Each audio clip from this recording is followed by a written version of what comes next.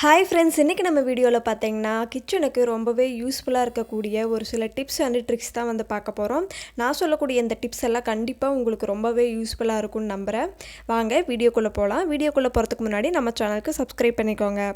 First tip வந்து பார்த்தீங்கன்னா, நான் புதினா இலையை வந்து எடுத்துக்கிறேன். அதை நம்ம வந்து கிள்றதை வந்து பெரிய வேலையாக வந்து இருக்கும். இந்த டிப்ஸ் வந்து நீங்களும் வந்துட்டு ட்ரை பண்ணி பாருங்கள், ரொம்பவே யூஸ்ஃபுல்லாக இருக்கும். அதுக்கு நாம் இந்த மாதிரி ஹோல்ஸ் இருக்கிற மாதிரி ஒரு கரண்டி வந்து எடுத்துக்கலாம். அதில் நாம் அந்த புதினா இலையோட காம்பு இருக்குது பார்த்தீங்களா, அதை உள்ளே விட்டுட்டு லைட்டாக இழுத்தோம்னாவே அதில் எல்லாமே வந்துடும்.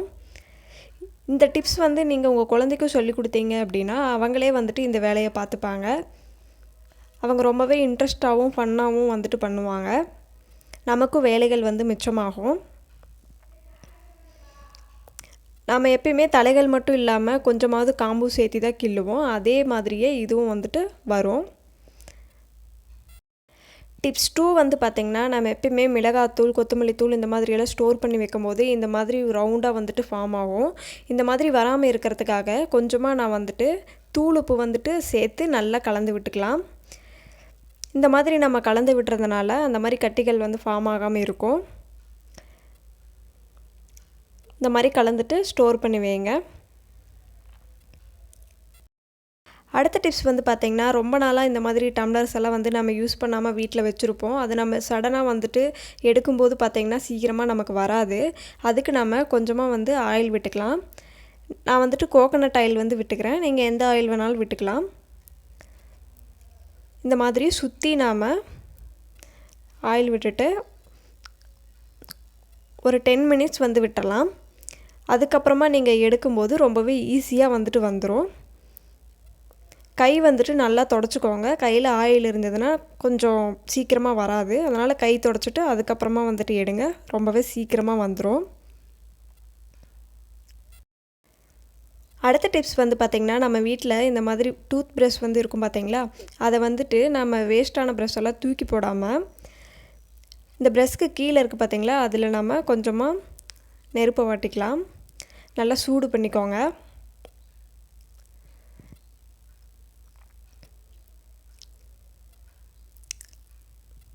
நல்லா வந்துட்டு சூடு பண்ணதுக்கப்புறமா அதை லைட்டாக நாம் வளைச்சி விடலாம். இந்த மாதிரி நம்ம வளைச்சி விடுறதுனால பார்த்திங்கன்னா வாட்டர் பாட்டிலெல்லாம் க்ளீன் பண்ணுறதுக்கு நமக்கு ரொம்பவே யூஸ்ஃபுல்லாக இருக்கும். இதுக்குன்னு தனியாக வந்துட்டு நம்ம ப்ரஷ் எல்லாம் வாங்க வேண்டிங்கிற அவசியம் கிடையாது. வாட்டர் பாட்டில் உள்ளேயெல்லாம் பார்த்திங்கன்னா அந்த இடுக்குகள் எல்லாம் க்ளீன் பண்ணுறது ரொம்பவே கஷ்டமாக இருக்கும். நம்ம சும்மா அந்த ஸ்க்ரப்பர் வச்சுட்டு நம்ம க்ளீன் பண்ணும்போது நல்லா வந்துட்டு க்ளீன் பண்ண முடியாது. இந்த மாதிரி மெத்தட் வந்துட்டு நீங்கள் ட்ரை பண்ணி பாருங்கள், ரொம்பவே யூஸ்ஃபுல்லாக இருக்கும். பாருங்கள், இப்போ நான் வந்துட்டு நல்லா வளைச்சி எடுத்துக்கிட்டேன்.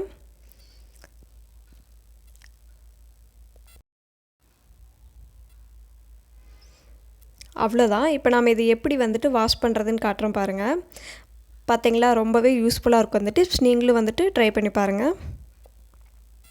அடுத்த டிப்ஸ் வந்து பார்த்திங்கன்னா, நம்ம அப்பளத்தை எண்ணெயில் பொரிச்செடுக்கும்போது பொரிச்சதுக்கப்புறமா அந்த எண்ணெய் ஓரங்களில் ஒரு மாதிரி திட்டாக இருக்கிற மாதிரி இருக்கும். அந்த மாதிரி இருந்ததுன்னா நம்ம வந்து அந்த ஆயிலை மறுபடியும் யூஸ் பண்ணாத மாதிரி ஆயிரும். அதுக்கு நம்ம இந்த அப்பளத்து மேலே ஒரு மாதிரி மாவு தடவி வச்சுருப்பாங்க. அந்த மாவை ஒரு கிளாத் வச்சுட்டு நல்லா தொடச்சி எடுத்துருங்க. ஒரு டிஷ்யூ பேப்பர் இந்த மாதிரி ஏதாவது கூட எடுத்து யூஸ் பண்ணி நல்லா தொடச்சி விட்டுக்கலாம். இந்த மாதிரி தொடச்சி விடுறதால அந்த மாவெல்லாம் வந்துட்டு கீழே கொட்டிடும். அதுக்கப்புறமா நீங்கள் பொரிச்சு எடுத்திங்கன்னா எண்ணெய்கள் ஓரங்கள் எல்லாம் வந்துட்டு திட்டாக இருக்காது. நல்லா 2 பக்கமும் நல்லா தொடச்சி விட்டுக்கலாம். மெதுவாக தொடங்க, இல்லைன்னா வந்துட்டு அப்பளம் உடஞ்சிரும்.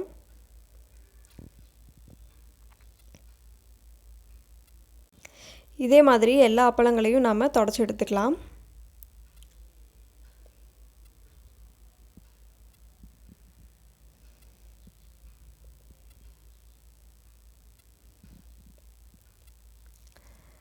தொடச்சதுக்கப்புறமா பார்த்திங்கன்னா எவ்வளோ மாவு கீழே விழுந்துருச்சுன்னு பாருங்கள். இந்த மாவு தான் எண்ணெயில் திட்டாக இருக்கும். இது நம்ம தொடச்சதுக்கப்புறமா பொரிச்சு எடுத்தோம்னா எண்ணெய் நல்லா கிளியராக இருக்கும். அடுத்த டிப்ஸ் வந்து பார்த்திங்கன்னா, லெமன் வந்துட்டு கொஞ்ச நாள்லேயே வாடின மாதிரி ஆகி போயிடும் நம்ம அப்படியே ஃப்ரிட்ஜில் வைக்கும்போது. இந்த மெத்தட் வந்துட்டு நீங்கள் ட்ரை பண்ணி பாருங்கள், ரொம்பவே யூஸ்ஃபுல்லாக இருக்கும். நான் லெமன் ஸ்டோர் பண்ணி வைக்கக்கூடிய அந்த கண்டெய்னரில் வந்துட்டு லெமனை போட்டுட்டு அந்த லெமன் முழுகிற அளவுக்கு நம்ம தண்ணி ஊற்றிக்கலாம். ஊற்றிட்டு நம்ம ஃப்ரிட்ஜில் ஸ்டோர் பண்ணி வச்சோம் அப்படின்னா ரொம்ப நாள் ஆனாலும் அந்த லெமன் வந்துட்டு வாடவே வாடாது. நீங்களும் வீட்டில் ட்ரை பண்ணி பாருங்கள், ரொம்பவே யூஸ்ஃபுல்லாக இருக்கும்.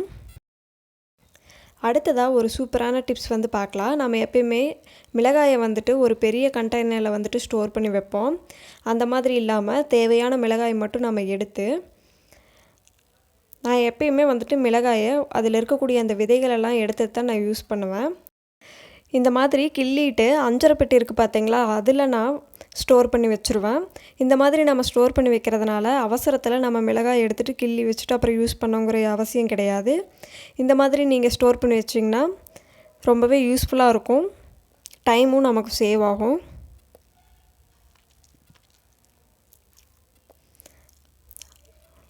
அவ்வளோதான், அஞ்சரை பெட்டியில் வந்துட்டு இப்போ எல்லா பொருட்களுமே இருக்கிற மாதிரி ஆயிரும். ஈஸியாக நமக்கு எடுத்து யூஸ் பண்ணுறதுக்கு ரொம்பவே யூஸ்ஃபுல்லாக இருக்கும். இது ரொம்பவே சூப்பரான டிப்ஸ், நீங்களும் வந்துட்டு ட்ரை பண்ணி பாருங்கள். அடுத்ததாக பூண்டு பார்த்திங்கன்னா சாம்பார், ரசம், சட்னி இந்த மாதிரி நிறைய விஷயங்களுக்கு வந்துட்டு நம்ம யூஸ் பண்ணுவோம். இஞ்சி பூண்டு பேஸ்ட் அரைக்கிறதுக்கு கூட யூஸ் பண்ணுவோம். அதுக்கு நாம் பூண்டு நிறையா நம்ம தொளித்து ஃப்ரிட்ஜில் வந்துட்டு ஸ்டோர் பண்ணி வைக்கலாம். அப்படி தொளிக்கிற நேரத்தில் பார்த்திங்கன்னா ரொம்பவே கஷ்டமாக இருக்கும். அதனால் தண்ணியில் வந்துட்டு ஒரு 20 நிமிஷம் வந்துட்டு நல்லா ஊற வச்சுக்கலாம். ஊற வச்சதுக்கப்புறமா நம்ம தொளித்தோம் அப்படின்னா சீக்கிரமாக நமக்கு வந்துடும். நான் எப்பயுமே பூண்டு உரிக்கும்போது பார்த்திங்கன்னா நம்ம நிலக்கடலையை தொளிப்போம் பார்த்திங்களா, அந்த மாதிரி கீழே நிலத்தில் கொட்டி அதுக்கப்புறமா உரிப்பேன். ரொம்பவே ஈஸியாக வந்துடும். பாருங்கள் எவ்வளோ சூப்பராக நான் கத்தியே இல்லாமல் பூண்டு உரித்தேன் அப்படின்னு. நீங்களும் வீட்டில் ட்ரை பண்ணி பாருங்கள். என்ன ஃப்ரெண்ட்ஸ், நான் சொன்ன இந்த டிப்ஸ் எல்லாம் உங்களுக்கு ரொம்பவே யூஸ்ஃபுல்லாக இருக்கும்னு நினைக்கிறேன். பிடிச்சிருந்தது அப்படின்னா நம்ம சேனலுக்கு லைக் பண்ணிவிட்டு அப்படியே கமெண்ட் பண்ணுங்கள். இதே மாதிரி நிறைய டிப்ஸ் வேணும் அப்படின்னா நம்ம சேனலுக்கு சப்ஸ்கிரைப் பண்ணிக்கோங்க. தேங்க்ஸ் ஃபார் வாட்சிங்.